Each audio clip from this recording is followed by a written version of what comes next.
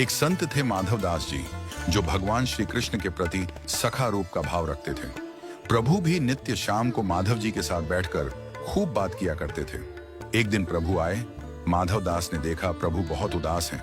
माधवदास ने पूछा, प्रभु आप उदास क्यों हैं? प्रभु ने कहा, माधवदास बहुत दिन हो गए, चोरी नहीं करी। माधवदास जी ने कहा, अरे अभी ये आदत छोड़ो, बचपन की बात और थी। प्रभु बोले, हाँ वह तो ठीक है, पर जिसकी जो आदत पड़ी है वह वही करेगा। अंततः माधवदास जी ने कहा, इतनी पड़ी है तो चोरी कर ही लो। प्रभु बोले, कर तो ले, पर सखा नहीं है, एक तुम ही हो माधवदास, तुम ही चलो। प्रभु ने जैसे तैसे माधवदास जी को चोरी के लिए तैयार किया। माधवदास जी ने कहा, प्रभु चलो चलते हैं चोरी करने। लेकिन जाना कहाँ है? प्रभु ने कहा, जगन्नाथपुरी के राजा के बगीचे में बड़े सुंदर कटहल के फल लगे हैं, पर यह भेजते नहीं हैं। प्रभु और माधवदास जी चोरी करने के लिए राजा के बगीचे में चल दिए। प्रभु ने माधवदास जी से कहा, धीरे धीरे बोलना। जैसे ही दोनों एक कटहल के बगीचे के पास पहुंचे, प्रभु ने माधवदास जी से कहा, कटहल के पेड़ के ऊपर चढ़ जाओ, तुम ऊपर से कटहल गिराना, नीचे हम ले लेंगे।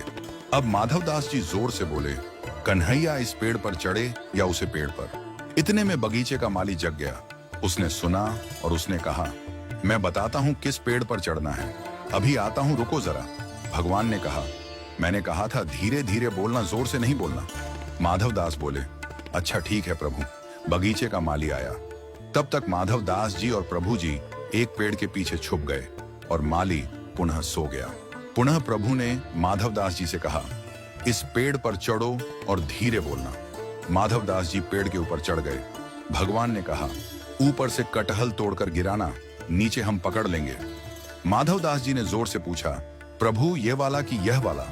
आवाज सुनकर बगीचे का माली पुनः जाग गया और डंडा लेकर आया। इतने में भगवान अंतर्ध्यान हो गए। माधवदास जी पेड़ से उतरने लगे। माली ने उन्हें पकड़ लिया और अंधेरे में 2 डंडे लगा दिए और रात भर बांध कर रखा और कहा, सुबह राजा जी के पास ले चलेंगे। सवेरा हुआ। माली माधवदास जी को राजा जी के पास ले जाने लगे। रास्ते में ही राजा जी मिल गए। राजा जी ने देखा कि हमारे गुरु को माली क्यों बांधे ले जा रहा है। राजा जी क्रोध में माली को मारने पहुंचे। माधवदास जी ने कहा, इससे कुछ मत बोलो, हम जब ऐसे बंधने के काम करेंगे तो बंधेगे ही। राजा जी बोले, आपने ऐसा क्या काम किया है?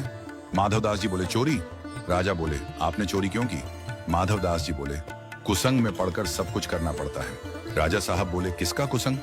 माधवदास जी बोले, यह हम आपके घर में बताएंगे। राजा जी माधवदास जी को अपने महल ले गए। माधवदास जी ने सारा वृत्तांत राजा साहब को बताया।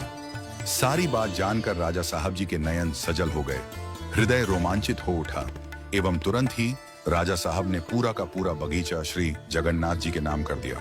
शाम को पुनः संत माधवदास जी सागर किनारे पहुंचे।